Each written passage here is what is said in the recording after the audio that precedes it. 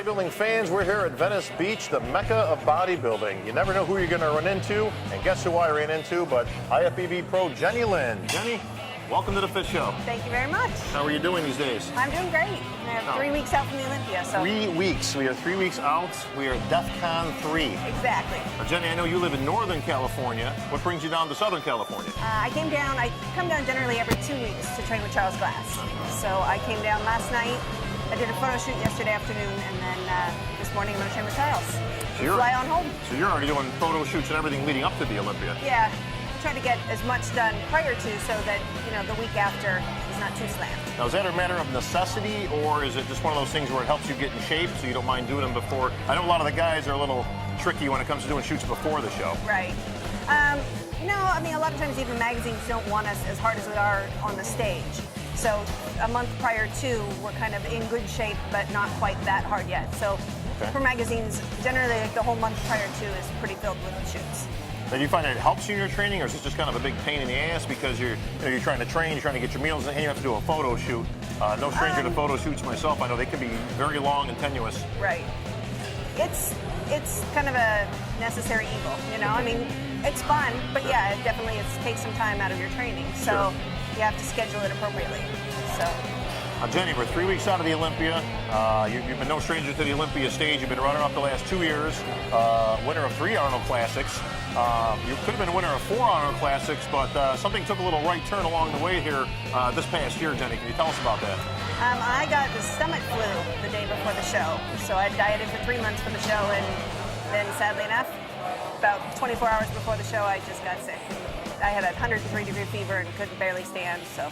Well, I know any of us that were there were a little shocked because a lot of us obviously, you know, you don't see all the contestants before, you know, the big prejudging comes up. But all of a sudden the lineup came out and noticeably missing was you. And, you know, then obviously the speculation started running wild. Where's Jenny Lynn? Is she okay? What happened? You know, it turns out, like you said, you got the stomach flu. Timing obviously couldn't have been worse. Not even if I tried. No. You know, thank God everything came out okay there. But, you know, how heartbreaking was it to be training that long?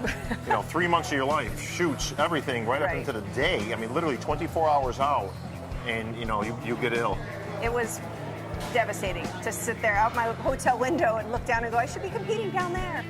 So, yeah, it was rough, but everything happens for a reason. Well, like a true champ, you rebounded, you've come back, Jenny. You look fantastic.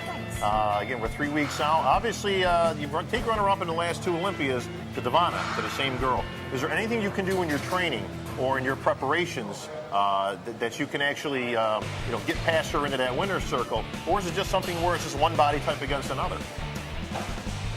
Very good question. You know, I mean, definitely. In figure, they don't want us that big, so it's not like in bodybuilders where you can just add on this extra mass to change your physique that much. So a lot of it does come down to genetic structure. For me, getting my legs in the best condition possible has always been my main concern. So that's where I've more frequently come down to train with Charles, and I've added an extra track practice into my workout scheme during the week. So I do that every other day. So it's helped. So we'll see how it goes in 3 weeks. Well, I can't see where training at the world's greatest trainer, Charles Glass, wouldn't help, Jenny. No doubt. And that's what we're going to do now is get into one of your workouts and see exactly what Charles has laid out for you. And we'll wish you good luck at the Olympia. Thank you very much. You got it, Jenny. On this particular exercise right here, we keep the feet low so we work more of the quads and less of the glutes because we do glutes on another exercise. So she's got her feet really low on the platform, Charles. That's going to hit more of the front quads. Front quads and just above the knee. Just above the knee. Or the teardrop muscle for those keeping score at home.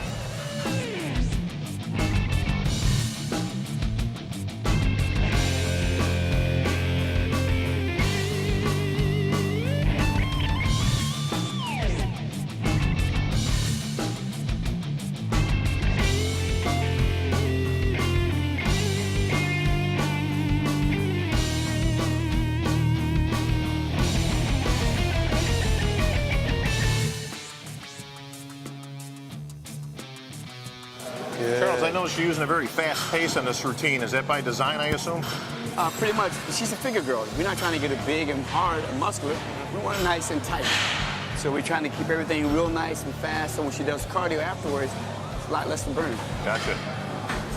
Now this is kind of an old school exercise there, Charles. They had something years ago called sumo squats, so I assume this is tailored after. It's tailored after it, but just a little short from being a sumo. Sumo's out a little wider, and you also drive your hips really far forward. This here, we're always trying to work is underneath the glutes a little bit to keep it nice and tight. Gotcha. So this is designed purely for the inner thigh and glutes. Yes. Charles, obviously this routine is designed specifically for Jenny. What are you trying to do with her physique? What changes are you trying to implement with this routine? Actually, there's very little you have to do with her body. She has, a great body as it is. And what we're trying to do is get a little bit more hamstring involvement, because we need a little bit more to balance those legs, because she has powerful quads. Right. So if the hamstring can balance that out, it'd be great. And we also want to keep that glute nice and tight and small. Charles, I noticed you're stopping her about 3/4 up, so she's not going all the way down and she's not coming all the way up either. I'm trying to keep all the pressure right there, so we keep the muscle constantly working. Now, if I let it go all the way up, she's going to relax. I don't want that relaxed state. I want to keep it nice and tight and stiff in there. Very cool. Wow, that is a pace, boy. That whole thing took about 10 minutes. I mean, just one to the other to the other. I got to assume, Charles, let me ask, I assume there's as much cardio involved in this than the training itself. Well, that's why it's easy to do your cardio afterwards, because you have no more glycogen in the body and you're ready to burn fat. Gotcha. So if you go from here to cardio, you're burning what? I'm noticing, Charles, that a lot of your theme is it really, if you go back, as we've been around for a little bit, unfortunately, a lot of this stuff is old school techniques. I mean, it hasn't really changed that much, but literally, depleting down the glycogen levels, trying to burn more fat with slow cardio, that type of thing. It's no difference. No difference. It's changed. It worked then, it'll work now. It'll work now.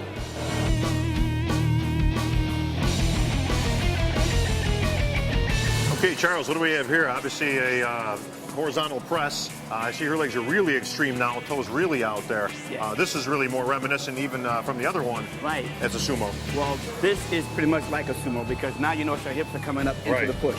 I was just going to ask you about that. As you can see, if we can catch that on camera, she's actually going down flat back and then actually rolling her hips up as she brings the weight back. Because why? You put more pressure where? On the glutes. On the glutes. Now, if she pulls the heels up, you go hamstring the glutes. Gotcha. Obviously a pure isolation movement here, Charles, with a one-legged press. Yes. All we're trying to do is get more of the glute area and hamstring. Remember, her quads are great. Yeah. But we'll get that tie-in for the glute and ham area. Make it look really nice.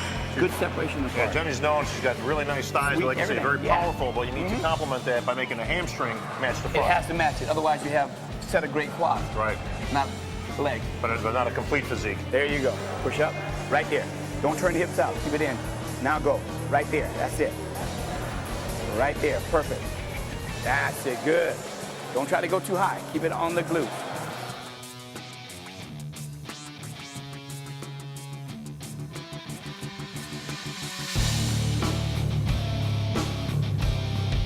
You see the difference on the glutes on this one? Yeah, yeah. Totally. Because you got a different angle. I noticed also on the press, Charles, you had a different foot position, obviously different angle to the press. So because that's the squat press, it drops down on you. It's not like a 45-degree press. Right. So differences even in the leg press in itself. Right. And obviously this is targeted to hit muscles from different areas and different angles. Exactly. That gives you completeness. Sure. And that's what we shoot for, completeness. Now you can see where it works. It keeps those hips nice and small, and look at the glutes, how tight they are. And that's what you're looking for. So these obviously would be more advantageous to a girl getting ready for figure or fitness than regular squats. Right, right. You can see where Jenny's just moving again from piece to piece to piece. Again, all targeting different areas, but really the same areas, trying to hit those areas from different angles. You can see where, much like in men's bodybuilding, the contest is one loss from the back with back double biceps and back lat spreads. The contest in figure is won and lost with the back also, but this time with the glutes and the hams.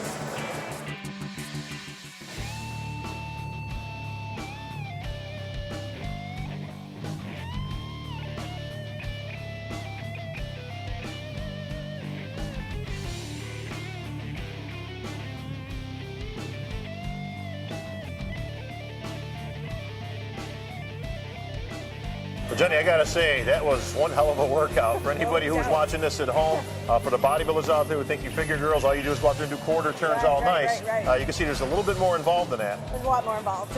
Yeah, no doubt. now you actually fly down here just to train with Charles. Right. And you've got, I understand you still got cardio to do, so you actually split up. You got 2 hours of cardio coming to you today. I do. 45 minutes this morning.